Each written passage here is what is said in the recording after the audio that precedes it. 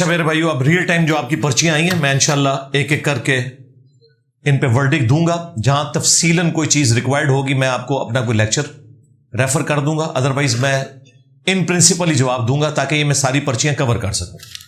ہر دفعہ ہر ٹاپک پہ اگر تفصیلاً بولا جائے تو پھر یہ کئی مہینوں کی نشست بن جائے گی، تو ایسا پاسبل نہیں ہے. اس لیے معذرت قبول کریں اور مختصر جواب کے اوپر اکتفا کریں.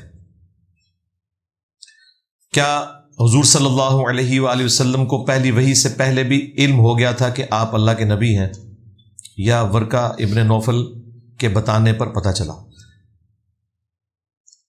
غامدی صاحب اور مولانا اسحاق کا موقف اس کے خلاف ہے. جی غامدی صاحب اور مولانا اسحاق صاحب کا موقف آپس میں بھی میچ نہیں کھاتا. پہلی بات ہے یہ دونوں کو اکٹھا ذکر نہ کریں. غامدی صاحب بخاری مسلم کی حدیث کے منکر ہیں، مولانا اسحاق صاحب منکر نہیں ہیں، لہذا یہ مکس نہ کریں. باقی جو مولانا اسحاق صاحب بیان کر رہے ہیں وہ وہی ہے جو بخاری مسلم میں لکھا ہوا ہے، لہذا کوئی مختلف نہیں، موقف وہی ہے. رہا یہ معاملہ کہ نبی علیہ السلام کو کیا پہلے پتا تھا؟ نبی صلی اللہ علیہ وآلہ وسلم کو اعلان نبوت سے پہلے چند ایک ایسے سمٹمز آنا شروع ہو گئے تھے جس سے آپ کو اس چیز کا معلوم چل گیا تھا، لیکن ڈیفینیٹلی اسی وقت پتا چلا جب آپ کے اوپر وحی نازل ہوئی. البتہ نبی اپنی پیدائش سے لے کر وفات تک اللہ تعالی کی حفاظت میں ہوتا ہے. اب یہ کہنا کہ نبی علیہ السلام کو شروع سے پتا تھا تو بھئی یہ تو قرآن کے خلاف ہے. قرآن میں واضح ہے ما کنت تدری ما الکتاب ولا الایمان. اس قرآن کے نزول سے پہلے نہ تو آپ کتاب کے بارے میں جانتے تھے، نہ آپ ایمان کی تفسیرات کو جانتے تھے. اللہ نے اس قرآن کے ذریعے آپ کو اس اعلیٰ مرتبے پر پہنچایا. وَوَجَدَكَ ضَالًّا فَهَدَىٰ. اے محبوب ہم نے آپ کو اپنی محبت میں خود رفتہ پایا تو ہدایت کی اعلیٰ ترین منزل پر پہنچا دیا. تو یہ بات تو کلیئر کٹ ہے کہ نبی علیہ السلام کو پہلے معلوم نہیں تھا، لیکن اللہ کی حفاظت میں تھے. اعلان نبوت کے قریب کئی ایک سمٹمز آئے، جس طرح کہ نبی علیہ السلام کی مسلم شریف میں حدیث ہے میں اس پتھر کو بھی پہچانتا ہوں جو بعثت سے پہلے مجھے سلام کیا کرتا تھا. اب یہ بہت بڑا ایکسپیرینس تھا. اس طریقے سے 12 سال کی عمر میں نبی صلی اللہ علیہ وآلہ وسلم کا سینہ مبارک چاک کیا گیا. ایک ایکسٹراڈنری واقعہ آپ کے ساتھ پیش آیا، پھر آہستہ آہستہ اللہ تعالیٰ نے اس طرف مائل کیا. ویسے بھی لاجیکلی سپیکنگ ایک شخص کو یہ اذیت میں مبتلا کرنا ہے کہ اس شخص کو بچپن سے اپنے بارے میں پتا ہو کہ میں اللہ کا پیغمبر ہوں، اور وہ 40 سال یہ ساری شرک کی گمراہیاں اپنے سامنے دیکھتا رہے ہوتی ہوئی. آپ ایک ڈائنامک لائف گزار رہے تھے. اگر آپ کو پہلے سے اس چیز کا پتا ہوتا تو کوئی آپ کا کوئی خطبہ نوٹ ہوا ہو نا کہ آپ علیہ السلام نے 10 سال کی عمر میں خطبہ دیا کعبے میں کھڑے ہو کے کہ لوگوں بتوں کی پوجا نہ کرو. پھر 40 سال تو بہت بڑی عمر ہے. 40 سال کی عمر میں جا کے بعثت ہوئی نا، اس سے پہلے تو آپ کی جوانی کی پوری عمر ہے. کہیں کوئی ایسی بات رپورٹ نہیں ہوئی. یہ جذباتی جملے ہیں. قرآن میں اللہ تعالیٰ نے سورۃ العنکبوت میں کہا کہ اس قرآن کے نزول سے پہلے نہ تو آپ کتاب میں سے کوئی چیز پڑھ سکتے تھے، نہ اپنے دائیں ہاتھ سے لکھ سکتے تھے. اگر ایسا ہوتا تو یہ چیز لوگوں کو شک میں مبتلا کر دیتی کہ نبی علیہ السلام نے کسی سے کاپی کر لیا ہے. اسی لیے آپ کی لائف اتنی ڈائنامک تھی، لوگوں کے سامنے اوپن کتاب تھی کہ آپ نے کسی فلاسفر کی شاگردگی نہیں کی، کسی شاعر کے پاس نہیں بیٹھے. اس کے باوجود ایسا کلام لے کے آئے کہ شعراء نے بھی اپنے کلام پھاڑ دیے اس کی طاقت کی وجہ سے. جو سورہ یونس میں ہے کہ نبی تم فرماؤ کہ میں اتنا عرصہ تم میں رہا ہوں، تم نے اس سے پہلے کوئی ایسی بات مجھ سے سنی ہے کہ اچانک میں ایسا کلام لے آیا ہوں؟ میری پاسٹ کی زندگی اس پر گواہ ہے کہ میرا کوئی ٹریک ریکارڈ ایسا نہیں ہے کہ میں اس طرح کا کلام بیان کر سکوں، سوائے اس کے کہ یہ اللہ تعالیٰ کی طرف سے نازل ہوا ہے. تو یہ سارے معاملات بالکل اپنی جگہ کلیئر ہیں. اسلام میں اہل کتاب کی عورتوں سے شادی کرنا کیسا ہے؟ اگر جائز ہے تو نکاح کیسے پڑھا جائے گا؟ ان کے طریقے پر یا اسلام کے طریقے پر؟ ظاہر اسلام کے طریقے پہ ہی پڑھا جائے گا. اور ویسے بھی کامن ہی چل رہا ہے سارے کا سارا معاملہ. کئی نان مسلم جوڑے جب مسلمان ہوئے نبی علیہ السلام نے تجدید نکاح ان کا نہیں کروایا. حق مہر کے عوض ایجاب و قبول گواہوں کی موجودگی میں یہ سب کے ہاں پایا جاتا ہے. یہی ایک طریقہ چل رہا ہے. تو اہل کتاب کی عورتوں سے نکاح جائز ہے. اس کے اوپر میری تفصیلی ویڈیو ریکارڈ ہے، لیکن وہ اہل کتاب ہوں گے صرف جیوز اور کرسچنز بس. باقی اگر کوئی کہتا ہے ہم الہامی مذہب کے ماننے والے ہیں، ہمارا مذہب بھی الہامی ہے، may be may not be, وہ تو ہندوؤں کے بارے میں بھی ہمارے استاد ڈاکٹر اسرار صاحب کلیم کرتے تھے، پارسیوں کے بارے میں بھی ہے، لیکن یہ کبھی ڈاکٹر اسرار صاحب نے کلیم نہیں کیا کہ ان کے ساتھ، ان کی عورتوں کے ساتھ نکاح ہو سکتا ہے۔ وہ ڈیفینیٹ اہل کتاب جیوز اور کرسچنز ہیں، خواہ وہ شرک بھی کرتے ہوں، تب بھی اللہ نے انہیں بینیفٹ دیا ہے کہ چونکہ الہامی مذہب کے ماننے والے ہیں، ان کی عورتوں سے نکاح ہو سکتا ہے، مردوں سے نہیں ان کے ہو سکتا، ہماری بچیوں کا عورتوں سے ہو سکتا ہے۔ یہ اللہ نے فرق کیا ہے بت پرست مشرک میں اور اہل کتاب مشرک میں، لہذا آپ بھی کلمہ گو مشرک میں اور کافر مشرک میں فرق کیا کریں، اللہ بھی یہ فرق کرتا ہے۔ آئی پی پیز کے حوالے سے ابھی تک آپ کا موقف سننے کو نہیں ملا، زیادہ بلوں کی وجہ سے لوگ خودکشیاں کر رہے ہیں۔ انشاءاللہ تعالیٰ میں اس کے اوپر پوری ورکنگ کر رہا ہوں، ایک دفعہ ہی کروں گا، یہ اتنا آسان معاملہ بھی نہیں جو آپ کو بتایا جا رہا ہے، اس میں تو بڑی بڑی ہستیاں آ رہی ہیں، اور جن لوگوں کو جان بوجھ کے یہ گھسیٹ رہے ہیں وہ ان میں شامل بھی نہیں، ان میں سے کئی لوگ، اس لیے پوری ورکنگ کے بعد ابھی جو ہمارے ایک دوست ہیں بلال غوری صاحب، اچھے ایک کریڈیبل جرنلسٹ ہیں، انہوں نے کرنل انعام الرحیم صاحب ایکس فوجی تھے اور پھر فوج سے نکال دیے گئے، چونکہ وہ مسنگ پرسنز کا مقدمہ بڑے شد و مت سے لڑتے تھے، کسی زمانے میں وہ پی ٹی آئی کے دشمن اول تھے، پی ٹی آئی والے ان سے نفرت کرتے تھے کیونکہ پی ٹی آئی والے خود فوج کے فرنٹ مین تھے، آج کل پی ٹی آئی والے ان کو ہیرو بنا کے پیش کر رہے ہیں، لہٰذا وہ اب اجتماعی ہیرو ہو چکے ہیں، ٹھیک ہے۔ تو ان کے انٹرویوز 2 ریکارڈ ہوئے ہیں آئی پی پیز کے حوالے سے بلال غوری صاحب کے چینل کے اوپر، انہوں نے پوری ہسٹری بتائی ہے، بے نظیر کے دور سے لے کر پھر نواز شریف صاحب کے دور، پھر مشرف صاحب کا جب دور آیا، اور اب اس کا سلوشن کیا ہے وہ سارا انہوں نے پیش کیا ہے، وہ آپ تفصیلاً ویلاگ دیکھیں پھر آپ کو پوری صورتحال کلیئر ہو جائے گی۔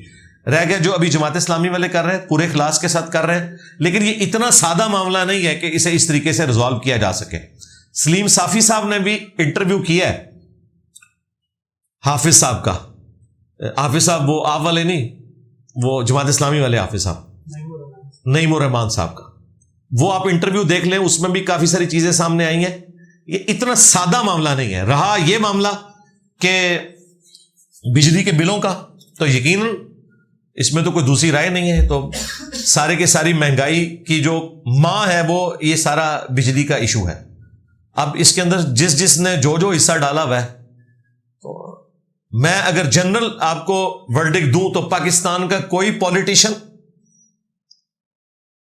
اور کوئی فوجی ڈکٹیٹر اپنے آپ کو بری ذمہ نہیں کر سکتا، اس سے سارے کے سارے اس میں شامل ہیں، اس وقت جو گورنمنٹ میں ہے، اس وقت جو اپوزیشن میں ہے، سب کے سب شامل ہیں، اپنے اپنے دور میں سب نے لچ فرائی کیا ہوا ہے۔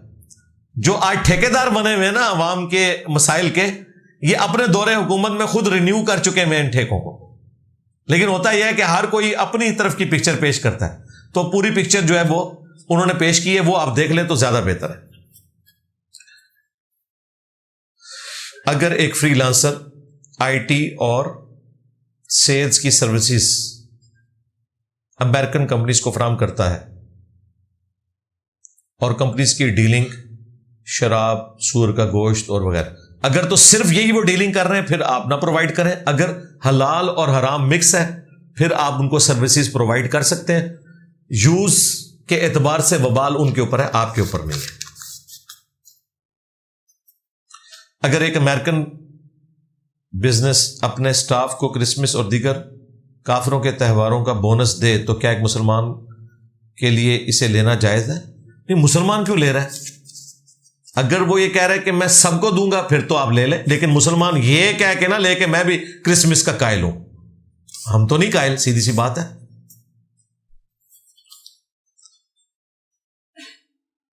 اگر لڑکی کے گھر والے اس کی ہر کوشش کے باوجود زبردستی شادی کے لیے بضد ہوں تو لڑکی کیا کرے؟ کوئی مسئلہ نہیں ہے، بعد میں تماشا نہ لگائے، پہلے ہی تماشا لگا لے کہ میں نے نہیں کرنا، اور ان کو تھریٹ کر دے کہ جب آپ برات آئی بھی ہوگی میں نہیں جاؤں گی، میں سائن نہیں کروں گی، میں مشور ڈال دوں گی۔ آج کے اس ماڈرن دور میں آپ سوچ سکتے ہیں کوئی زبردستی کسی کو بھیج سکتا ہے، ویڈیو ہی لیک ہو جائے گی، پولیس پہنچ جائے گی ان کے گھر۔ یہ کرنا کہ بعد میں جا کے اس خامند کو جو بیچارہ اس کا کوئی لینا دینا ہی نہیں اس مسئلے سے، اس کو جا کے وہ اپنے قریب نہ آنے دے اور کہ جی میں تو یہ تو میں تو وہ نہیں۔ اس طرح کی جو عورتیں ہیں نا، انہیں جو تماشا لگانا ہے پہلے لگائیں، بعد میں نہ لگائیں۔ اگر شیعہ کی احادیث کی کتابیں اہل سنت سے الگ ہیں تو سنی شیعہ بحث کیوں ہے؟ تو الگ نہیں، ایک جیسی ہیں جی، کوئی فرق نہیں ہے. قرآن تو ایک ہے ہمارا، رہ گئے حدیث کی کتابیں، اس میں بھی 80% چیزیں ایک جیسی ہیں. بھائی سب سے بڑا مسئلہ نماز کا تھا نا، سنیوں کے اندر بھی سب سے بڑی جو مصیبت ہے نماز کے طریقے پہ ہے نا. میں نے تو وہ بھی ثابت کیا کہ سنی شیعہ کی نماز بھی ایک ہے، رفع الیدین دونوں کرتے ہیں، ہاتھ چھوڑنے کی روایتیں یہاں پہ بھی ہیں وہاں پہ بھی موجود ہیں. لہٰذا عقائد کے لیے قرآن دیکھیں گے، اس کے لیے نہ بخاری دیکھیں گے نہ اصول الکافی دیکھیں گے. مسائل کے لیے آپ نے جو دیکھنا ہے وہ دیکھتے رہیں، کوئی مسئلہ نہیں ہے، میجورٹی چیزیں ایک جیسی ہیں. میری خالہ کہتی ہے ہمیں تو اللہ کا تعارف ان بزرگوں اور بابوں نے کروایا ہے. خالہ سے پوچھیں نہیں کس بابے نے آپ کو اللہ کا تعارف کروایا ہے؟ چشتی رسول اللہ، تھانوی رسول اللہ، کس نے؟ ظاہر ہے پوچھیں نا، وہ بابے کا وہ نام لیں گے نا، کس بابے کو ذکر کر رہے ہیں؟ ہمیں تو کسی بابے نے نہیں تعارف کروایا. کس نے کہا ہے؟ کہتے نہیں یہ کتابیں بابوں کے ذریعے پوچھیں. نہیں، یہ کتابیں تو انگریزوں کے پرنٹنگ پریس پہ پرنٹ ہوئی ہیں. آپ کے بابے تو اس چکر میں تھے کہ جناب وہ گولے میں سور کی چربی ڈلتی ہے، فلاں ڈلتی ہے، سلطنت عثمانیہ بڑھ گئی انہی چکروں میں. فتووں کے اندر پرنٹنگ پریس کی مخالفت وہ لوگ شروع میں کرتے رہے. آج پرنٹنگ پریس کی برکت سے ہی سارا دین کا کام ہو رہا ہے. تو کن بابوں نے، کس بابے نے جناب وہ نماز کی ٹائمنگ کی کیلکولیشن کی ہے، یہ گھڑیاں بنا دی ہیں ڈیجیٹل؟ ذرا بابا تو بتائیں کون سا اللہ کا تعارف ہے؟ اللہ کا تعارف تو اللہ کے فضل سے آج ہماری ویڈیوز کی برکت سے لوگوں کو توحید کلیئر ہونی شروع ہوئی ہے، جو قرآن میں 1400 سال سے موجود تھی. یہ تعارف کروایا انہوں نے کہ 5 وقت نماز کی ہر رکعت میں پڑھتے تھے ایاک نعبد و ایاک نستعین، اور پھر باہر نکل کے پڑھتے تھے یا باہلک بیڑا تک. یہ اللہ کا تعارف کروایا ہے خالہ جی؟ خالہ جی یہ تعارف کروایا؟ یا معین الدین چشتی پار لگا دے کشتی، بڑی بڑی سرکار بڑی کھوٹی قسمت کر دے ہری، یہ تعارف کروایا انہوں نے اللہ کا؟ ہاں، اگر کسی بابے نے یہ اللہ کا تعارف کروایا نا کہ مدد اللہ سے مانگنی ہے، کوئی بابا جو ہے اپنا پیشاب بھی نہیں روک سکتا، اس کو بابا مانو، باباؤں کے بابا. دیکھا میرا پارا چڑھ جاتا ہے اس قسم کی پرچیاں نا مجھے بھیجا کریں. علی بھائی مردوں کے حقوق بھی عورتوں کو بتا دیں. یہ بات ٹھیک لکھی، صحیح بات. دیکھیں قرآن کی بھی سنت ہے کہ پسے ہوئے طبقے کو زیادہ ایڈریس کیا جاتا ہے. قرآن میں سورۃ النساء ہے، سورۃ الرجال کوئی نہیں ہے. عورتوں کے اوپر ہے، پسا ہوا طبقہ تھا، اس لیے ان کے حقوق بیان ہوئے. ہم بھی اگر عورتوں کے حقوق پہ بات کرتے ہیں تو اس لیے کہ اسلام آنے کے باوجود پسا ہوا طبقہ ہے. اس کا یہ مطلب نہیں کہ ہم مردوں کے حقوق کے حوالے سے کوئی اس قسم کا رویہ رکھتے ہیں کہ ان کے کوئی حقوق نہیں ہے. میں جب بھی حدیث بیان کرتا ہوں پوری بیان کرتا ہوں بخاری مسلم سے کہ نبی علیہ السلام نے فرمایا کہ ایک مرد اپنی بیوی اور بچوں کے اوپر حکمران ہے، وہ اس کی رعیت ہے، ان سے پوچھا جائے گا. اور ایک عورت اپنے خامند کے مال اور اولاد کے اوپر نگہبان ہے، اس سے اس کے بارے میں پوچھا جائے گا. اور ایک حکمران اپنی رعایا کے اوپر نگہبان ہے، اس سے اس کے بارے میں پوچھا جائے گا. لیکن چونکہ بھائی پوسٹ لیڈرشپ کی مرد ویل کر رہے ہیں، لہذا مردوں کی ذمہ داری زیادہ ہوتی ہے. نبی علیہ السلام نے بھی وفات کے وقت عورتوں کو مخاطب نہیں کیا. بخاری مسلم کی حدیث ہے، میں اپنے بعد تمہارے لیے سب سے بڑا فتنہ تمہاری عورتیں چھوڑ کر جا رہا ہوں. یہ فتنے سے مراد پنجابی والا نہیں، آزمائش، کہ تم نے اپنی بیویوں کے ساتھ اس نے سلوک کرنا ہے، یہ نہ ہو کہ اس کی وجہ سے تم جہنم میں چلے جاؤ، یہ کہنا تھا. تو نبی علیہ السلام کا بھی اوور آل اسلوب جو ہے وہ ٹلٹ ہے اس طرف کہ عورتوں کے حقوق کی بات کرنی ہے، کیونکہ مرد تو پہلے ہی پاور میں ہے. ہاں جہاں عورتیں مردوں کو طلاق دیتی ہیں جن جگہوں پہ، وہاں والا معاملہ ایک الگ ہو جاتا ہے. ادروائز ہمارے معاشرے میں مرد ڈومیننٹ ہے، اس لیے ہم یہ بات کر رہے ہوتے ہیں. عورتوں کے حقوق اگر مرد پورے دے تو مرد کو اپنے حقوق کے لیے بھیک مانگنے کی ضرورت ہی نہیں ہے. عورتیں تو اپنے خامدوں کے ساتھ بڑی مخلص ہوتی ہیں، اس ذہن میں رکھیے گا. مرد ادھر ادھر ضرور منہ مارتے ہیں، عورت جب شادی کے بعد اپنے خامن کے پاس آتی ہے نا، کوئی لاکھوں میں ملینز میں کوئی بدکار عورت نکل آئے علیحدہ بات. ادروائز اوور آل عورتیں شریف النفس، اپنے مردوں کے ساتھ کمیٹڈ، اپنا گھر بسانا چاہتی ہیں. ان کے ماں باپ بھی ان کو یہی کہہ کے بھیجتے ہیں، ذہن میں رکھیے گا. یہ مرد ہیں جو اپنی عورتوں کے ساتھ صحیح ڈیلنگ نہیں کرتے، اس کی وجہ سے معاملات بگڑتے ہیں. اس میں زیادہ تر مسئلہ فائنینشیل ایشوز کا ہوتا ہے. پھر لڑائی بار کر کے آتے ہیں، غصہ اپنے بیوی بچوں پہ نکالتے ہیں. آپ اکثر مردوں کو دیکھیں گے باہر ان کے اخلاق کی مثال دی جاتی ہوگی، گھر ان سے بڑا کتا کوئی نہیں ہوگا، گھر والوں کے لیے کتے بنے ہوئے. حالانکہ حدیث شریف میں یہ ہے کہ سب سے بہتر وہ ہے جو اپنے گھر والوں کے لیے بہتر ہے. تو اس پرچی کے بعد بھی مجھے کوئی فرق نہیں پڑا. میں ابھی بھی اس موقف پہ ہوں کہ مرد اگر عورتوں کو حقوق دیں گے تو انشاءاللہ عورتیں بھی مردوں کے حقوق کا خیال رکھیں گی. یہ مردوں کی ذمہ داری ہے نا کہ عورتوں کو دین سکھائیں. جب دین سکھایا جائے گا تو اس میں پھر حدیث بتائی جائے گی نا کہ اگر میں سجدہ جائز سمجھتا تو بیویوں سے کہتا کہ اپنے خامدوں کو کریں، اس حق کے سبب جو اللہ نے دیا ہے. یہ حدیث منوانے کے لیے آپ کو وہ ساری حدیثیں بھی تو ماننی پڑیں گی نا جو نبی علیہ السلام نے بیویوں کے بارے میں کہا کہ مسلم شریف میں حدیث ہے کوئی بھی اپنی مؤمنہ بیوی سے بغض نہ رکھے. مسلم شریف میں حدیث ہے دنیا برتنے کی جگہ ہے اور سب سے بہترین برتنے کی چیز نیک بیوی ہے. بخاری مسلم میں حدیث ہے نبی علیہ السلام نے فرمایا کہ عورت ٹیڑھی پسلی سے پیدا ہوئی ہے، اس سے نفع حاصل کرو، اسے سیدھا کرنے کی کوشش نہ کرو. یعنی جس طرح کی ہے اس نے ایکسپٹ کرو. اگر اسے سیدھا کرنے کی کوشش کرو گے تو توڑ بیٹھو گے، اور اسے توڑنا اسے طلاق دینا ہے. تو دیکھیں یہ اللہ تعالیٰ نے سلسلہ ایسا بنایا ہے، اس میں مرد کو ہی ٹالرنس سے کام لینا ہے، جس کا سب سے بڑا ثبوت ہے کہ طلاق کا اختیار اللہ تعالیٰ نے عورت کو نہیں مرد کو دیا ہوا ہے. عورت کو دیا ہوتا تو پہلے ہفتے ہی چھٹی کروا کے سارے بیٹھے ہوتے، کیونکہ عورت کو غصہ جلدی آتا ہے لیکن ٹھنڈا بھی جلدی ہوتا ہے.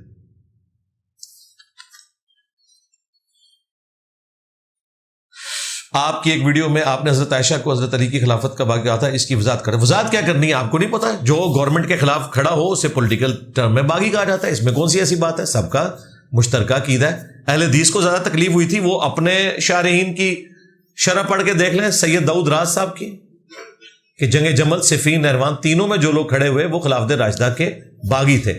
اس باغی کا مطلب کوئی دین کا باغی ہونا نہیں ہے، اسلام سے نکل جانا نہیں ہے. پولیٹیکل ٹرم میں جو حکومت وقت کے خلاف کھڑا ہوتا ہے اس کے لیے باغی کی ٹرم استعمال ہوتی ہے. یہ ٹرم کے طور پہ ہے، یہ کوئی گالی نہیں ہے، نہ اس کی وجہ سے کوئی اسلام سے نکل جاتا ہے. یہ ذہن میں رکھیے گا. تو میں نے اس کے اوپر 12 اپنی ویڈیوز ریکارڈ کروائی ہوئی ہیں، وہ اپنی جگہ ہے. دنیا اور آخرت میں سیدہ عائشہ رسول اللہ کی بیوی ہیں اور مومنین کی ماں ہے، بالکل یہ اپنی جگہ ہے. 5 وقت نماز کے باوجود کچھ گناہ نہیں چھوٹ رہے تو یہ ہماری توبہ قبول نہیں ہو رہی ہے، ایمان کی کمزوری ہے. ظاہر ہے ایمان کی کمزوری ہے، اس کے لیے اچھی صحبت اختیار کریں، بری صحبت سے بچیں، بری ویڈیوز سے بچیں، برے لٹریچر سے بچیں، بری گفتگو کرنے سے بچیں، پازیٹیو لوگوں کے اندر رہیں. یوٹیوب کے ذریعے آپ پازیٹیو صحبت اختیار کر سکتے ہیں. اگر فرعون کے دور میں کوئی بچہ پیدا ہوتا تھا تو وہ مار دیتا تھا، تو حضرت موسیٰ علیہ السلام کے بھائی کیسے بچ کے معجزانہ طور پہ، جی موسیٰ علیہ السلام خود بھی معجزانہ طور پر بچے. اور یہ جو مارنے کا سلسلہ تھا یہ مسلسل نہیں تھا، کچھ عرصہ ہوتا تھا پھر رک گیا، پھر جوش چڑھا، پھر رک گیا. اور پھر ظاہر ہے اس زمانے میں کوئی انٹرنیٹ نہیں تھا، کوئی سی سی ٹی وی کیمرے تو نہیں لگے ہوئے تھے کہ ہر چیز کو ہر وقت واچ کیا جا رہا ہو. پھر اللہ تعالیٰ بھی بعض اوقات عقل معاف کر دیتا تھا. اب یہ کتنی عقل معاف ہوئی کہ جب قرآن میں تو یہ مسنگ لنک ہے، قرآن نے تو نہیں بتایا کہ یہ کیسے ہوا، ہم اس کا جواب دیتے ہیں. اللہ کا کلپ تو قرآن سے کاٹا جا سکتا ہے جس طرح یہ میرے کلپس کاٹتے ہیں، کیونکہ قرآن نے تو اس کو ان اٹینڈڈ چھوڑا ہے کہ کیسے یہ ہو گیا کہ ایک بچہ جو ہے وہ دریا میں آیا ہے تو ظاہر ہے وہ پیدا ہوا ہے نا کہیں پہ. اور جب فرعون کی بیوی نے اس کے لیے ایفرٹ پٹ کی ہے اور فرعون ایگری کر گیا، اور وہاں پہ حضرت موسیٰ علیہ السلام کی سسٹر پہنچ گئی کہ میں ایسے گھر کو جانتی ہوں جہاں کا یہ دودھ پی لے گا. اس وقت بھی فرعون کا خیال نہیں گیا کہ بھئی یہ جو عورت ہے جس کا دودھ اترا ہوا ہے، اس کا جو بچہ پیدا ہوا ہے وہ کدھر ہے. اس زمانے میں تو ٹیکے نہیں ہوتے تھے نا کہ کوئی عورت دودھ اتار سکے. دودھ اسی وقت عورت کا اترتا ہے جب وہ کسی بچے کو دودھ پلا رہی ہوتی ہے، اور ظاہر پریگنینسی کے بعد دودھ اترتا ہے. تو فرعون کا دماغ اس طرف نہیں گیا کہ اس کا اگر عورت کا دودھ اترا ہوا ہے تو وہ بچہ کدھر ہے جس کی وجہ سے دودھ اترا ہے. ٹیکنیکلی سپیکنگ اگر آج یہ معاملہ ہو، اللہ تعالیٰ عقل معاف نہ کرے، تو موسیٰ علیہ السلام کی والدہ نے پکڑے جانا تھا. تو اس کا مطلب ہے یہ معجزانہ طور پہ ہوا ہے کہ اس کا دماغ اس طرف گیا ہی نہیں. البتہ ایک کامن سینس تھی کہ بھئی دودھ بھی اسی کا پی رہا ہے جا کے, تو اس کا اپنا بچہ کدھر گیا, تو یہ فوراً مسنگ لنک تھا. یہ مسئلہ تو پنجاب پولیس نے بھی حل کر دینا تھا, تو کیوں نہیں حل ہوا؟ اللہ نے پردہ ڈال دیا. بس یہ جواب ہے اس چیز کا. ٹھیک ہو گیا؟ جس طرح آپ دیکھیں نبی علیہ السلام ہجرت کی رات باہر پہرا ہے, تلوار لے کے سارے قبیلوں کے لوگ کھڑے ہیں کہ حضور نکلیں گے ہم قتل کر دیں گے. آپ علیہ السلام انہی میں سے نکل کے چلے گئے, آنکھوں پہ پردہ اللہ نے ڈال دیا. حضرت علی علیہ السلام کو اپنے بستر پہ لٹایا, وہ تو بعد میں جب انہوں نے دیکھا وہ پریشان ہو گئے, نبی علیہ السلام تو وہاں سے جا چکے تھے. تو یہ معجزانہ طور پہ ایسے ہوتا ہے. فزیکلی اس کی کوئی ریزن بیان نہیں کی جا سکتی. معجزے کو فزیکلی ثابت کرنا یہ سائنس پہ بھی ظلم ڈھانا ہے, اور اسلام میں بھی بدعقیدگی ہے, جو ایک فرنٹ مین کرنے کی کوشش کر رہا تھا غزالی کے جھوٹے عقیدے کے دفاع کے لیے. تو دیکھیں وہ ایک عورت نے آ کے نا اس فرنٹ مین کے ساتھ کیا کیا. اور یہ میں کوئی عورت کے جینڈر کی تحقیر کے طور پہ نہیں کر رہا.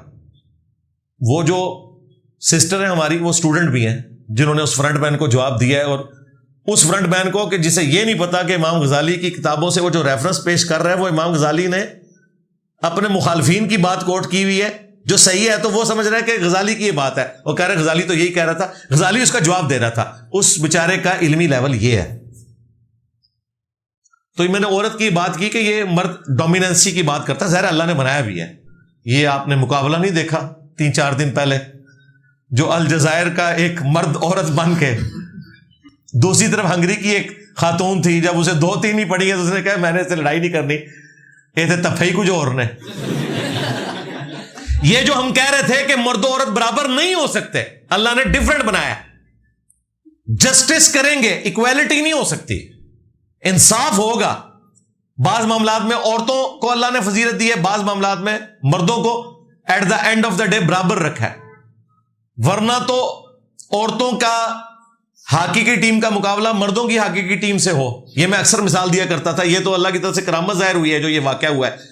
یہ جو ابھی اولمپکس ہو رہے ہیں فرانس میں, پیرس اولمپکس, تو اس میں جب وہ الجزائر کی جو ایک عورت نما مرد تھا, وہ جب کٹہرے میں اترا ہے تو وہ تو سامنے والی عورت کو پتہ چل گیا, کیونکہ جب اسے 2-3 لگی اس نے کہا اسے تو میں مقابلہ جیت ہی نہیں سکتی, یہ تو کوئی اور ہی چیز ہے. تو بڑے پہنچے ہوئے بزرگ ہیں. تو میرا خیال ہے پوری دنیا کو پتہ چل گیا کہ اسلام مرد و عورت میں جو یہ والا ڈفرنس کرتا ہے یہ واقعی ایگزسٹ کرتا ہے. لیکن ادھر تو اور چیز ہوئی ہے.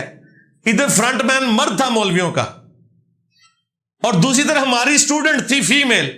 دیکھیں ہماری اسٹوڈنٹ فیمیل ہو تو ادا کسونوی مولویوں کا فرنٹ مین نہیں برداشت کر سکتا. یہ بھی کرامت ہے, سچائی کی طاقت ہے.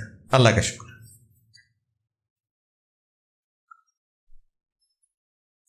کیا بینک میں آپریشن ڈپارٹمنٹ یا کسی بھی ڈپارٹمنٹ میں جاب جائز ہے؟ دیکھیں اسلامک بینکنگ میں جاب کریں, دوسرے بینک کی جابز کو اوائڈ کریں. ہاں اگر آپ کو کوئی اور جاب نہیں مل رہی, فی الوقت یہ ملتی ہے ایکسپیرینس کے طور پہ, کنٹینیو کریں. جیسے ہی دوسری جاب ملے پھر چھوڑ دیں, باقی بچنے میں عافیت ہے.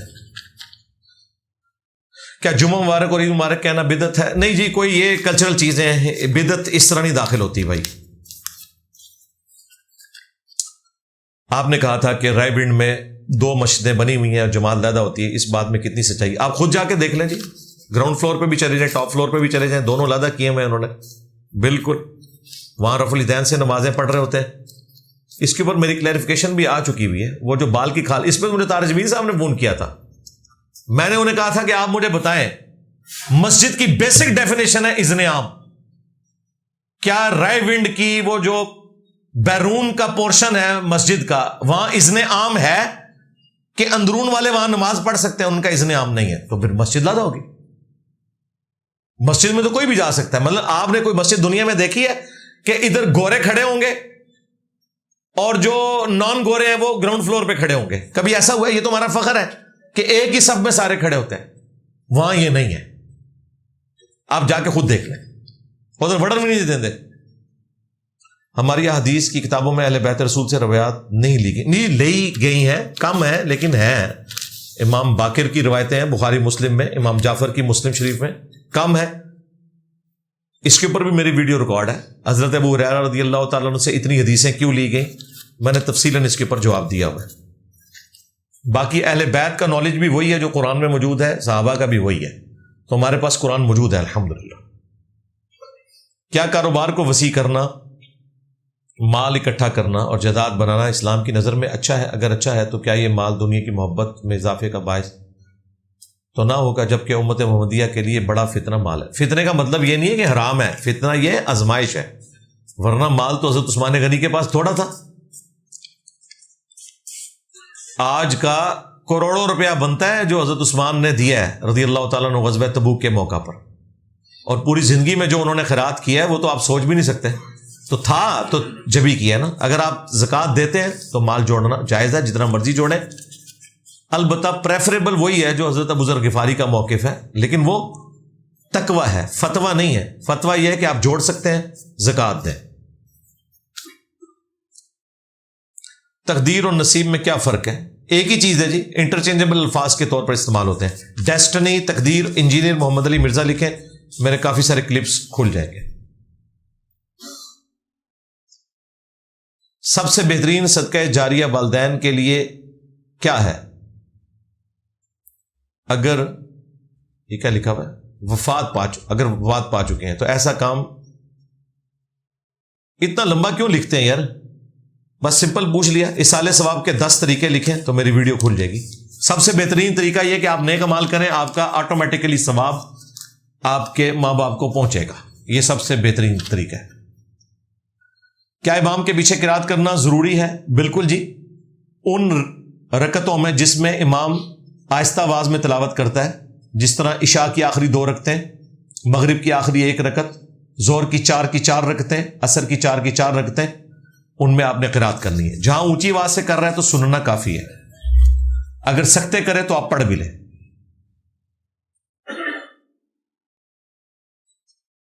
علماء حضرات دین کو صحیح سے بیان کیوں نہیں کرتے؟ انہیں آتا ہی نہیں ہے تو کہاں سے بیان کریں؟ وہ تو فرقوں کا دین لے کے چل رہے ہیں، اور جسے آتا ہے وہ ڈرتا ہے بیان کرتے ہوئے کہ اگر میں نے کوئی ایسی بات کر دی تو مسجد کمیٹی مجھے فارغ کر دے گی، یہ تو تم نے وہابیوں والی باتیں شروع کر دی ہیں، یہ تم نے بریلویوں والی باتیں شروع کر دی ہیں، یہ تم نے شیعہ والی باتیں شروع کر دی ہیں۔ یہ وجہ نہیں، اور کوئی وجہ نہیں۔ میرا ایک بریلوی دوست ہے، وہ کہتا ہے کہ قیامت والے دن اللہ ہوگا تو آپ تو صرف اللہ والے ہو، تو اس وقت حضرت محمد صلی اللہ علیہ وسلم کے پاس کیوں جاؤ گے؟ ڈائریکٹ اللہ کے پاس جاؤ۔ نہیں تو آپ کو کس نے کہا کہ نبی علیہ السلام دنیا میں موجود ہوں اور ہمارے سامنے ہوں تو ہم رسول اللہ کو چھوڑ کے اللہ تک جائیں گے؟ یہ تو ہمارا عقیدہ ہی نہیں ہے۔ تم جاؤ نا عبد القادر جیلانی جو وچ پہ گیا ہے، وہ جاؤ نا، ہاں تم جاؤ اپنے بابوں کے پاس جن کے ناموں کے تم لوگ کلمے پڑھتے ہو، ان کا دفاع کرتے ہو، ان کی تقلید کرتے ہو۔ ہمارے پلے تو ہے ہی یہ چیز ہے، ہمارا تو جھگڑے ہی ہے، میں نبی سا ہے ہی کوئی نہیں، تیرے بابے تے شاہی کوئی نہیں، یہ مینا تو ہم نے مارنا ہے تمہیں۔ ہم اللہ والے نہیں ہیں، اللہ رسول والے ہیں، اور تم نہ اللہ والے ہو نہ رسول والے ہو، تم بابوں والے ہو۔ تو نبی علیہ السلام جب سامنے موجود ہوں گے، آپ علیہ السلام کے سامنے مقدمہ جائے گا۔ بخاری مسلم میں ہے، نبی علیہ السلام کے مبارک زمانے میں جب بارش نہیں ہوتی تھی صحابہ کرام آپ سے دعا کرواتے تھے، لیکن بخاری میں یہ ہے 1010 نمبر حدیث، 1010 نمبر حدیث، حضرت عمر کہتے ہیں انا کننا نتوسل الیک بنبینا، اے اللہ پہلے تیرے نبی کے وسیلے سے تیری طرف متوجہ ہوتے تھے، اب ہم تیرے نبی کے چچا کو لے کے ہیں، ان کی دعا کی برکت سے بارش نازل فرما۔ تو کیا حضرت عمر کے لیے مشکل تھا کہ وہ قبر رسول پہ جا کے رسول اللہ سے کہتے یا رسول اللہ آپ دعا کرو؟ انہیں پتا تھا کہ امت نے اس کو غلط رنگ دے دینا اس بات کو، اور نہ یہ نبی علیہ السلام نے تعلیم فرمایا قبر رسول سے مانگنا۔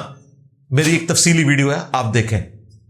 حضرت عمر نے عقیدہ بتایا کہ نبی علیہ السلام اگرچہ اپنی وفات کے بعد بھی اللہ تعالیٰ کی بارگاہ میں مقبول ہے، بلکہ پہلے سے زیادہ مقبول ہے، وَلَلْآخِرَةُ خَيْرٌ لَكَ مِنَ الْأُولَىٰ، رسول اللہ کی اس وقت قبر کی زندگی دنیا کی زندگی سے بہتر ہے، اور آخرت کی زندگی قبر کی زندگی سے بہتر ہوگی، لیکن چونکہ ہمارے سامنے موجود نہیں، ہم ان کے سامنے مقدمہ نہیں رکھ سکتے۔ قیامت والے دن نبی علیہ السلام سامنے موجود ہوں گے، یہ تو قرآن میں حکم ہے، وَتَعَاوَنُوا عَلَى الْبِرِّ وَالتَّقْوَى وَلَا تَعَاوَنُوا عَلَى الْإِثْمِ وَالْعُدْوَانِ. جب حضور سامنے ہوں گے سارے مسئلے حضور کے سامنے پیش ہوں گے، تو اسی دسو کہ تواڈے بابے کتنے ہون گے. ہاں تو تم لوگوں نے تو بابوں کے پاس جانا ہے، نبی اسلام سے تمہارا کیا لینا دینا؟ ان کے پاس جاؤ جو کہتے ہیں نہیں 70 دفعہ وعدہ لیا ہے کہ میرا کوئی مرید بھی اس وقت تک میں جنت میں نہیں جاؤں گا جب تک سارے مرید نہ سال دے جاؤں. ٹھیک ہے،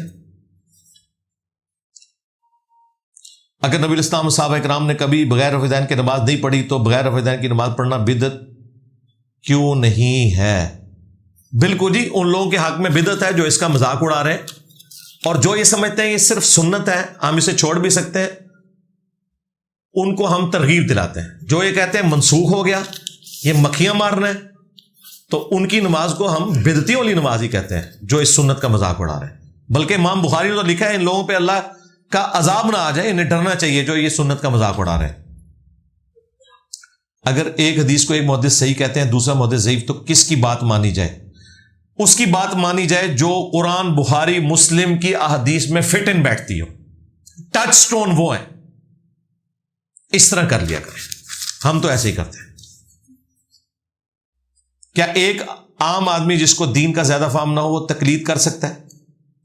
کم فہم ہو زیادہ فہم ہو، تقلید تو کرنا ہی حرام ہے. تقلید یہ ہے کہ بغیر دلیل کے کسی کی بات ماننا. دلیل کے ساتھ مانیں گے کوئی تقلید نہیں ہے، وہ آپ جس کی مرضی کریں، وہ تقلید ہے ہی نہیں. آج مجھے بتائیں، امام حنیفہ بتا رہے ہیں آپ کو ملک بینک کا مسئلہ، بلڈ بینک کا مسئلہ، ٹرین میں نماز کا مسئلہ، یا مفتی تقی عثمانی اور مفتی منیب بتا رہے ہیں. تو انفیوں اپنے آپ کو منیبی اور عثمانوی کہا کرو نا، انفی کو کہتے ہو؟ مسئلے ان کے مان رہے ہو. وہ کہتے ہیں نہیں، جدید مسائل میں اجتہاد کا دروازہ قیامت تک کھلا ہے. یہی تو ہم کہہ رہے ہیں کہ اجتہاد فکس نہیں ہوا 4 بندوں کے اوپر. تقلید کو انہوں نے پریکٹیکلی خود چھوڑ دیا ہوا ہے، اور جہاں ان کے زنانیہ کا مسئلہ آنا جو ہوتے تھے ویسے ہی چھوڑ چکے تھے. فقہ حنفی میں تو آپ کو پتا ہے کہ امام حنیفہ نے کہا کہ 90 سال بلکہ 120 سال تک انتظار کرے گی عورت جدھر خاوند گھوم گیا ہے. ادھر انہوں نے امام مالک کے اوپر فتویٰ دیا ہوا ہے، شری تھانوی نے بھی. جیسے ہی عورتوں میں مسئلہ آتا ہے فوراً اس طرف چلے جاتے ہیں.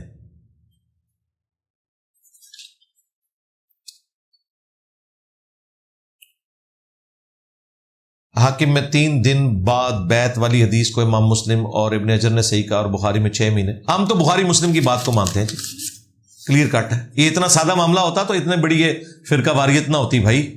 قرائن بتا رہے ہیں کہ وہی کچھ ہوا ہے جو بخاری مسلم میں لکھا ہوا ہے، 6 مہینے والا مسئلہ. تاریخی روایات کے صحیح ہونے کی تصدیق کیسے کی جائے؟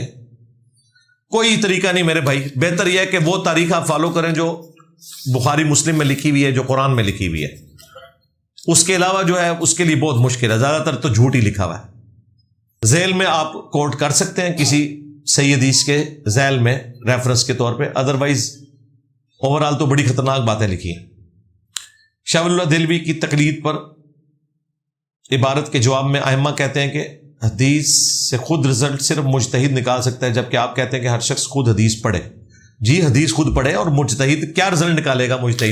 مجتہد اللہ کے بندو کیا رزلٹ نکال رہے ہیں آپ کے جو مجتہد ہیں اس زمانے کے، جنہوں نے رزلٹ یہ نکالا کہ ایاک نعبد و ایاک نستعین کی تفسیر میں یا علی مدد یا شیخ عبد القادر جیلانی مدد ثابت کر دیا ہے. جو مطلب اچھل اچھل کے نکل رہا ہے وہ نہیں انہوں نے ماننا، اور جو کہیں موجود ہی نہیں وہ اس میں سے نکال لینا ہے. تو اللہ کی پناہ اس قسم کے مجتہدین سے. رہے امام حنیفہ، امام شافعی، احمد بن حنبل، تو وہ تو خود کہہ رہے ہیں کہ ہماری کوئی بات قرآن و حدیث کے خلاف ہو تو چھوڑ دو. اس مسئلے کو آپ سمجھیں. ائمہ محدثین یا ائمہ فقہا نے خود فرمایا کہ ہماری کوئی بات قرآن و سنت کے خلاف ہو تو اسے چھوڑ دو. کیا حنفی خود نہیں چھوڑ چکے؟ امام حنیفہ کے نزدیک مدینہ حرم نہیں ہے، حنفی مدینے کو حرم مانتے ہیں. تو کیا امام حنیفہ کو حدیثوں کا فہم نہیں تھا؟ نہیں تھا. جبھی تو حنفیوں نے ان کا یہ مسئلہ چھوڑا ہے. اور اس ایک مسئلہ چھوڑنے کی وجہ سے کوئی امام حنیفہ 0 سے ملٹیپلائی نہیں ہو گئے، اس جگہ ہی وہ غلط ہے، باقی کئی جگہ بھی وہ ٹھیک ہے. امام شافعی کا یہ موقف غلط تھا کہ بیوی کو ہاتھ لگانے سے وضو ٹوٹ جاتا ہے، تو اس ایک موقف کے غلط ہونے سے امام شافعی کو 0 سے ملٹیپلائی نہیں ہو گئے. اس پہ آپ مسئلہ 197 میرا دیکھ رہے ہیں. اگر ایک چیز پر ایک زمانے میں اجماع ہو جائے اور بعد میں ختم ہو جائے تو یہ تو تھیوریٹیکل سوال ہے. کوئی مثال دیں کہ کوئی اجماع ہوا تھا اور وہ ختم ہو گیا.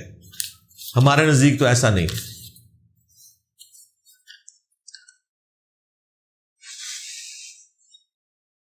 ویڈیو کیمرے کا اگر مسئلہ تھا اجماع کوئی نہیں ہوا تھا. اس زمانے میں بھی مولانا مودودی ویڈیو کیمرے کو درست سمجھتے تھے.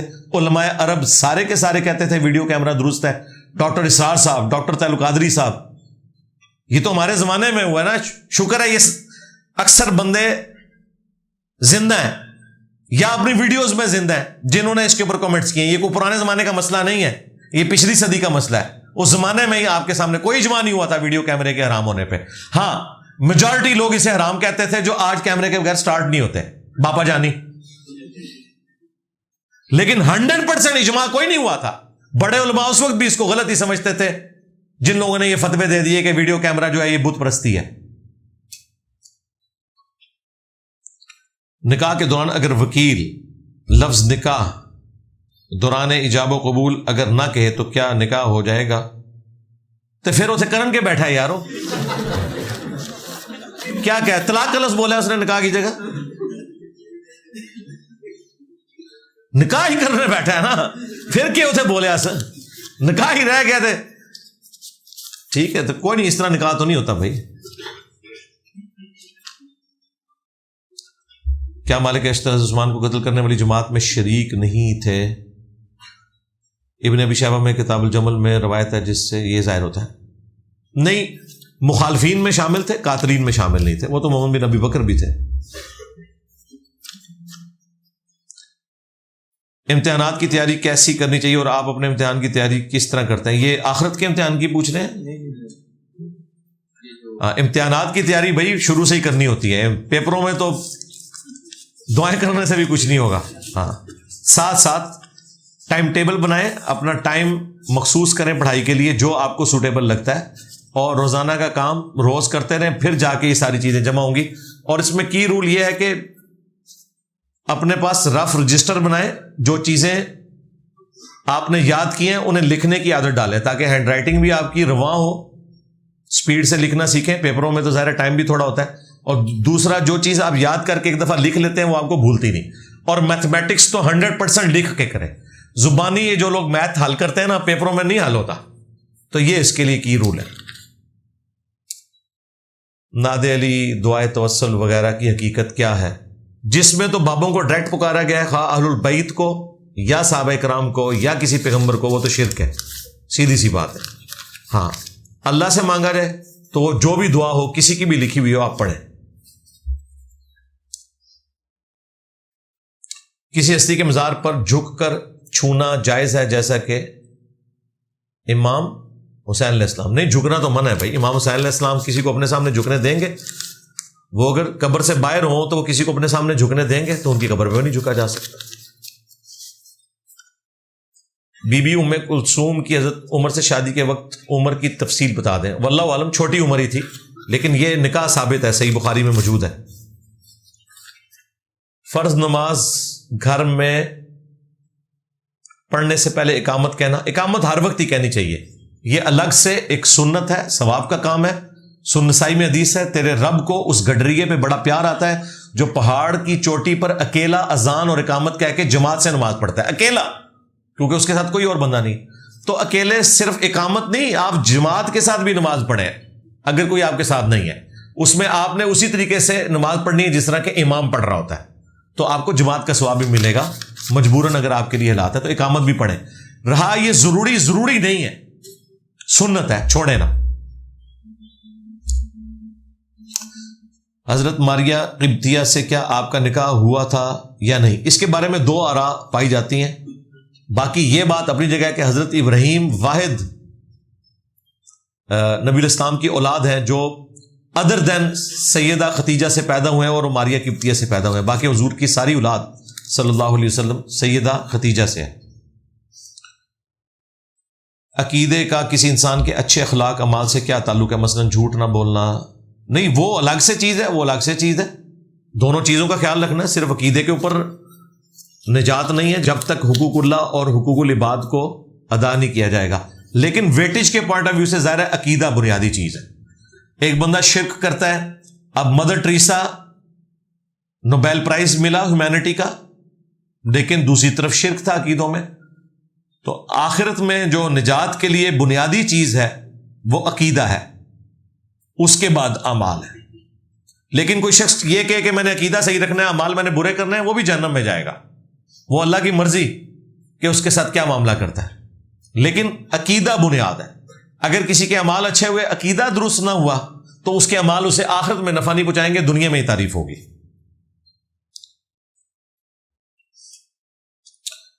جدید دنیا جو مادیت سے لبریز ہے، اس میں دین مذہب کی کیا افادیت ہے؟ وہی افادیت ہے جو ہم پیش کر رہے ہیں. لوگوں کے سامنے آپ دین کی ٹرو پکچر رکھیں، لوگوں کو سائنس اور ٹیکنالوجی سے نفرت کی بجائے آن کروائیں کہ یہ کائنات اللہ تعالیٰ کا فعل ہے، قرآن اللہ کا قول ہے. اللہ کے قول اور فعل میں کوئی تضاد نہیں ہے. قرآن حکیم میں 1000 سے زیادہ آیات فزیکل فینومینا آف نیچر پہ ہیں، قانون قدرت جو دنیا میں اللہ کے چل رہے ہیں. ہواؤں کا چلنا، بارش کا برسنا، کھیتیوں کا اگنا، ان کا خوراک بنانا، انسانوں کی زندگی اس پہ ڈپینڈنٹ ہونا، سورج چاند ستاروں کو اللہ نے کام میں لگایا. یہ ساری کی ساری چیزیں اللہ تعالیٰ کی قدرت کی نشانی ہے، یہ کوئی الگ چیز نہیں ہے. ہاں، اگر کوئی شخص انہی میں گم ہو جائے اور ان کے کریٹر کی طرف توجہ نہ کرے، وہ مادیت ہے. ایک شخص کروکوڈائل کے اوپر 40 سال لگائے اور پوری زندگی اس پہ لگا دے کہ اس کی فلاں کوالٹی کیوں ہے، اس کی فلاں کوالٹی میں کون سی ایسی یونیکنس ہے جو دوسرے میں نہیں ہے، لیکن اس کے پیدا کرنے والے کی طرف توجہ نہ جائے. یہ ہے مادیت. یہ وہ دجالی سسٹم ہے جس نے صرف ایک آنکھ کھولی ہوئی ہے مادے کی، اور روحانیت کی آنکھ نہیں ہے. ریویلڈ نالج، ایکوائرڈ نالج دونوں کو لے کے چلنا ہے. قضا نماز ہوتی ہے، اس کی کیا حقیقت ہے؟ جو ساتھ ساتھ توبہ کرنے کے بعد نمازیں چھوٹ رہی ہیں، وہ آپ نے ساتھ ساتھ پڑھنی ہے. بخاری مسلم میں حدیث ہے، کوئی شخص بھول جائے یا سویا رہ جائے، جیسے ہی اسے یاد آئے یا وہ جاگے، وہ نماز پڑھ لے. اس کے لیے اس نماز کا ٹائم وہی ہے. ہاں، توبہ کرنے سے پہلے جو کئی سالوں کی نمازیں چھوٹی، ان پہ توبہ کافی ہے. ساتھ ساتھ آپ جو چھوٹیں گی وہ آپ نے پڑھنی ہے. غزوہ تبوک کے بارے میں مکمل احادیث اور قرآن کی روشنی میں مطالعہ کہاں سے کیا جائے؟ ہماری ویڈیو سے کیا جائے. غزوہ تبوک لکھیں، تفصیلاً میں نے ہر چیز بیان کی ہوئی ہے. سورہ التوبہ کی تفسیر میری پوری قرآن کی ریکارڈ ہوئی ہوئی ہے. وہ غزوہ تبوک کی لائیو کمنٹری ہے. وہ قرآن کلاسز میں آپ دیکھ لیں، ایک ایک چیز میں نے بیان کی ہے. وہ آپ کو کہیں بھی نہیں ملنی میرے بھائی. وہ مفسرین بھی ڈرتے ہیں وہ باتیں لکھتے ہوئے. سورہ التوبہ قرآن کی مشکل ترین سورت ہے، کیونکہ اس میں اگر آپ ٹروتھ ریویل کریں گے پھر کئی چیزیں آپ کو شیعہ والی بھی ماننی پڑیں گی. جہاں شیعہ نے غلو کیا وہ الگ بات، لیکن جو ان کا مقدمہ تھا کہ حضور کے ساتھیوں میں کتنے لوگ ایسے تھے جو غزوہ تبوک میں بھی حضور کے ساتھ صحابی بن کے گئے، لیکن وہ منافق تھے اور انہوں نے واپسی پہ آپ پہ قاتلانہ حملہ بھی کیا. اب یہ ساری وہ باتیں ہیں جو سنی نہیں کر سکتے. میں نے ایک ایک چیز کھول کے بیان کی ہے. جہاں شیعہ نے غلو کیا وہ بھی بتایا، جہاں اہل سنت نے ڈنڈی ماری وہ بھی بتائیے، تو وہ آپ دیکھ لیں. علی بھائی، آپ کو کبھی کسی نے پھکی دی؟ مجھے اکثر پھکیاں ملتی ہیں اپنے اسٹوڈنٹس کی طرف سے، اپنی بیوی کی طرف سے، اپنے بچوں کی طرف سے، لیکن وہ پھکیاں وہی ہوتی ہیں جو میں نے ان کے ہاتھ میں دی ہوتی ہیں.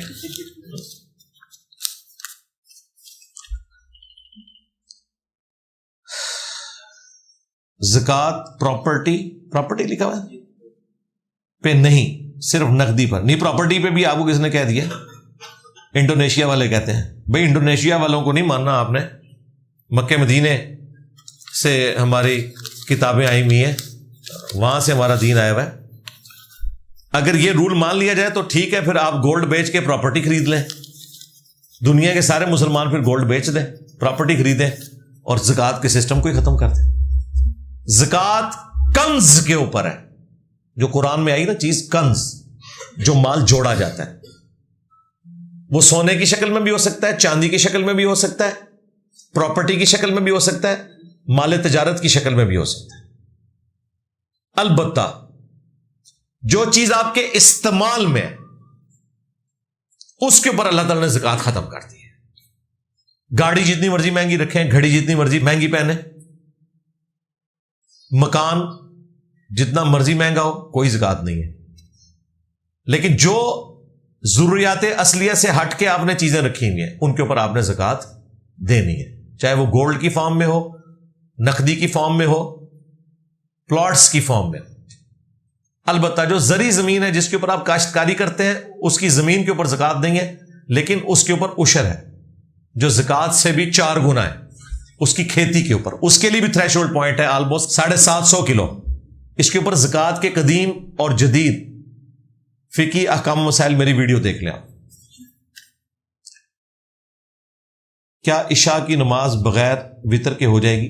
ظاہر ہے عشاء کی نماز الگ سے ہے، وطر الگ سے ایک عبادت ہے، لیکن وطر کے بارے میں تاکیداً حضرت علی کا قول ہے جامع ترمذی میں، سنن دارمی میں، کہ وطر سنت ہے لیکن اسے مت چھوڑو. الموطا امام مالک میں حضرت سعد ابن ابی وقاص جو فاتح ایران تھے وہ عشاء کی 5 رکعتیں پڑھتے تھے، 4 فرض اور 1 وطر. تو کم از کم 1 پڑھ لیں، یہ جائز ہے. ویسے تو عمومی سنت 3 ہے، لیکن اگر کوئی 1 بھی پڑھ لے تو یہ جائز ہے، لیکن وطر پڑھیں ضرور. وطر کے بغیر نماز ہو جائے گی، ہاں عشاء سے اس کا کوئی تعلق نہیں ہے. اس اعتبار سے نمازیں 5 ہیں. وطر اگر اس طرح کی نماز ہوتی تو پھر 6 نمازیں ہو جاتی.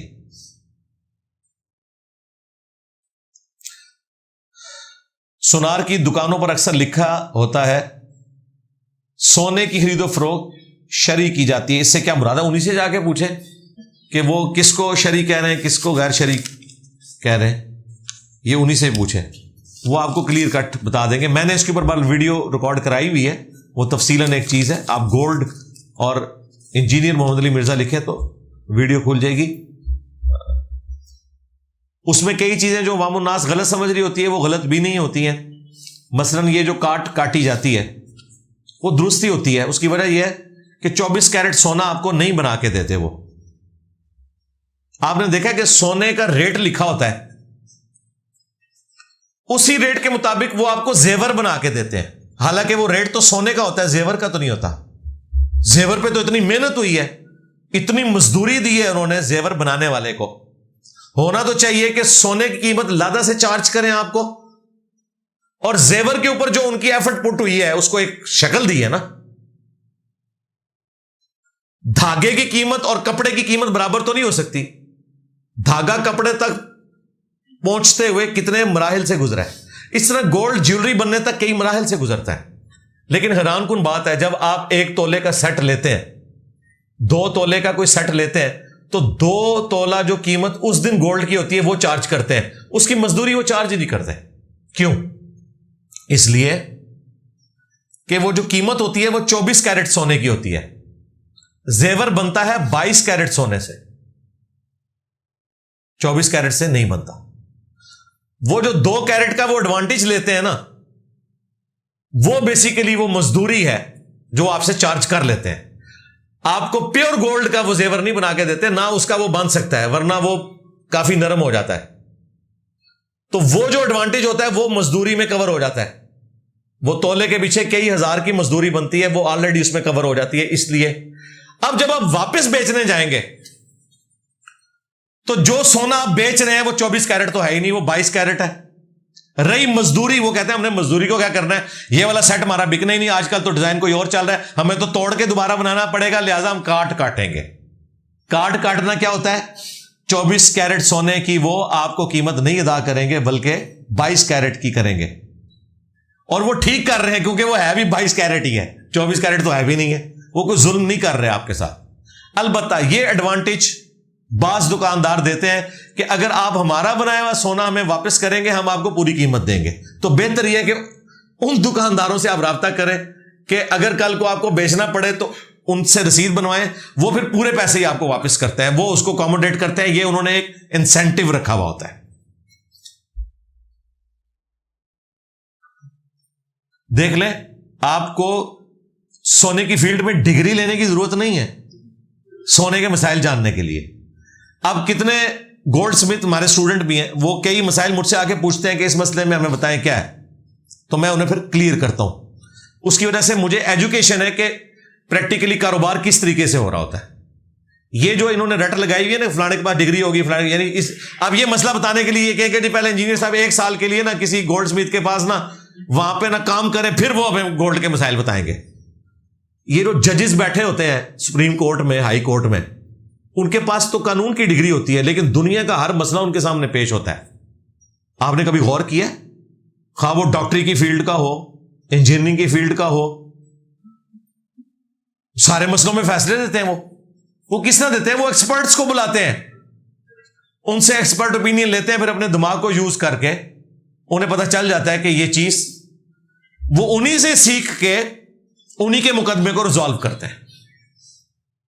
اس کے لیے آپ کو ذہین ہونا ضروری ہے، مولوی ہونا کوئی ضروری نہیں۔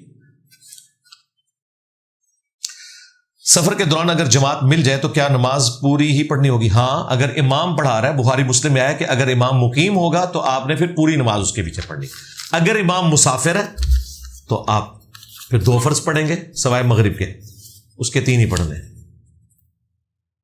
سفر میں جمعہ کوئی نہیں ہے جی، یہ بعض لوگ جمعے والے دن اتنی ٹینشن میں ہوتے ہیں نا، گاڑیاں رکوا رہے ہوتے ہیں، یہ جمعہ پڑھنا ہے، اگے پیچھے انہوں نماز کو نہیں پڑھنی ہوتی ہے، جمعہ ہی پڑھنا ہوتا ہے ہفتے سے۔ اور بھائی مسافر پہ جمعہ ہے ہی نہیں۔ نبی علیہ السلام نے صحابہ کے ساتھ، ہزاروں صحابہ کے ساتھ سفر کیا، آپ نے جمعے کی نماز نہیں پڑھی، حالانکہ آپ کروا سکتے تھے جمعہ۔ مسافر زور پڑھے گا اور زور اثر جمع کرے گا، جمعے کی نماز نہیں ہے مسافر کے اوپر۔ پڑھنا چاہتا ہے ضرور پڑھ لے، گاڑیاں نہ رکوائے، لوگوں کو تکلیف میں نہ ڈالے، وہ ایک اضافی کام کر رہا ہوگا۔ سنت یہی ہے کہ آپ نے زور پڑھ لی۔ کیا احادیث کی کنفرمیشن کے لیے اسلام 360 استعمال کر سکتے ہیں یا کتاب ہی کریں؟ اسلام 360 سے مدد ضرور لیں، حدیث تلاش کرنا ذرا آسان ہو جاتا ہے، لیکن یہ کاپی پیسٹ کرنے میں بعض اوقات سافٹ ویئر کی لمیٹیشن کی وجہ سے کوئی الفاظ مسنگ ہو جاتے ہیں، بعض اوقات کوئی ٹائپنگ ایرر آ سکتا ہے۔ ادھر میں آپ کو یہی کہوں گا کہ آپ پی ڈی ایف سے نہ امیج لے کے نہ شیئر کروایا کریں، یونیکوڈ کاپی نہ کریں، اس میں ضروری نہیں اسلام 360 میں کوئی غلطی ہو، کاپی پیسٹ میں بھی غلطی لگ سکتی ہے، اور بعض اوقات اس میں بھی غلطی ہو سکتی ہے، کیونکہ پروف ریڈنگ اتنی ذمہ داری سے نہیں ہوئی ہوتی۔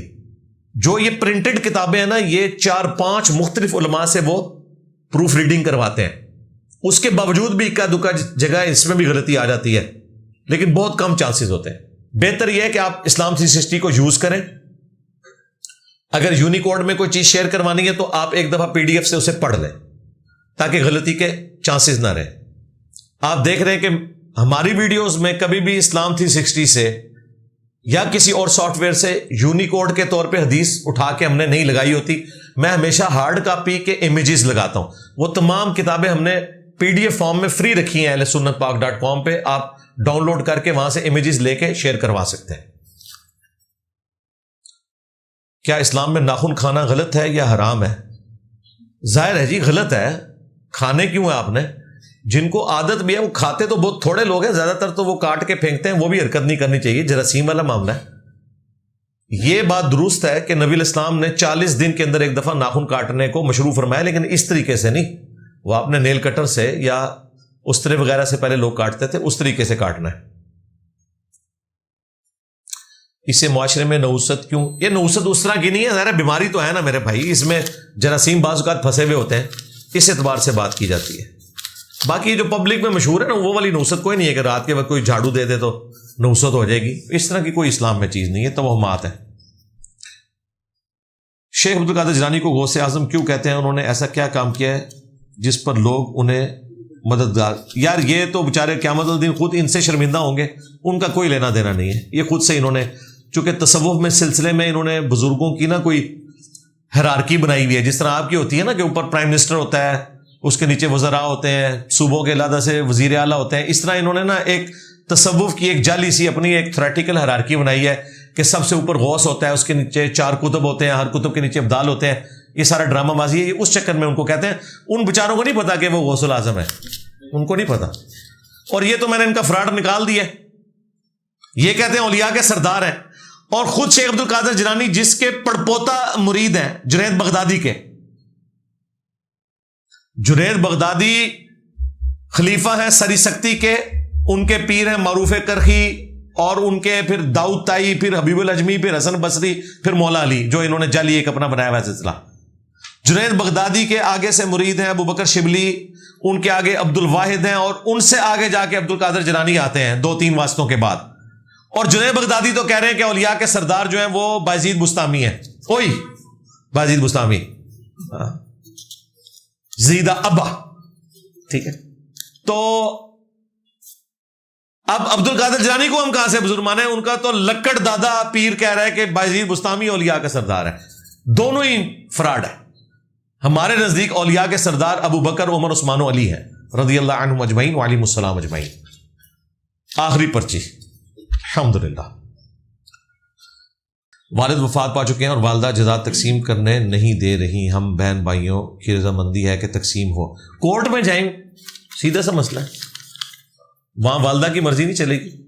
اس طرح کے سارے مسائل کا حل عدالتیں ہیں. اور یہ وراثت کے جو اس قسم کے مسائل ہوتے ہیں نا، یہ کوئی زیادہ لمبا عرصہ نہیں چلتا، 6-7 مہینے کے اندر فیصلہ ہو جائے گا. ہمارے بھی اپنے قریبی رشتے داروں میں اس طرح ایک بھائی جو ہے وہ بدمعاش بن کے بیٹھا ہوا تھا، وہ نہیں تھا بہنوں کو دے رہا. کورٹ میں گئے ہیں تو اپنے ہتھی دیتا ہے، پھر انہیں زیادہ عرصہ نہیں چلتا.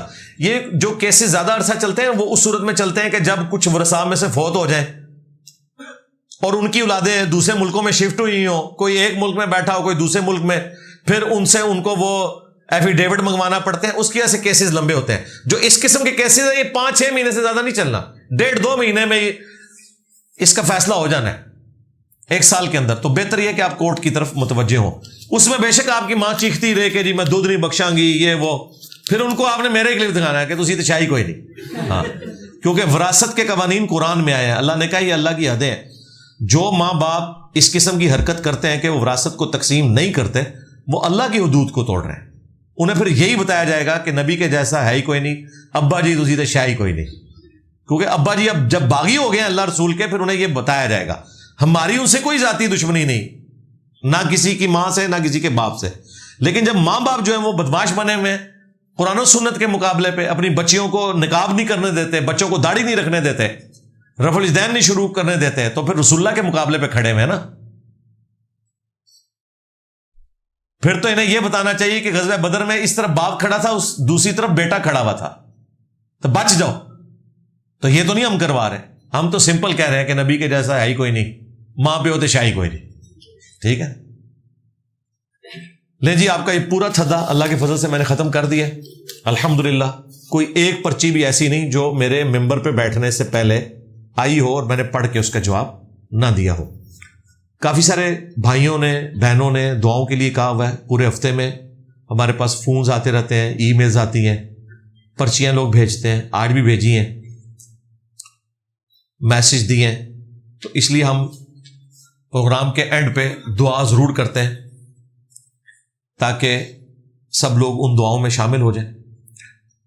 اللہم انی اسألک بانک انت اللہ لا الہ الا انت الاحد الصمد الذی لم یلد ولم یولد ولم یکن لہ کفوا احد وإلہکم الہ واحد لا الہ الا هو الرحمن الرحیم الف لام میم اللہ لا الہ الا هو الحی القیوم اللہم صلی علی محمد وعلی آل محمد لا الہ الا انت سبحانک انی کنت من الظالمین ربنا آتنا من لدنک رحمتا وہیئ لنا من امرنا رشدا رب ارحمہما کما ربیانی صغیرا ربنا هب لنا من ازواجنا وذریاتنا قرۃ اعین وجعلنا للمتقین اماما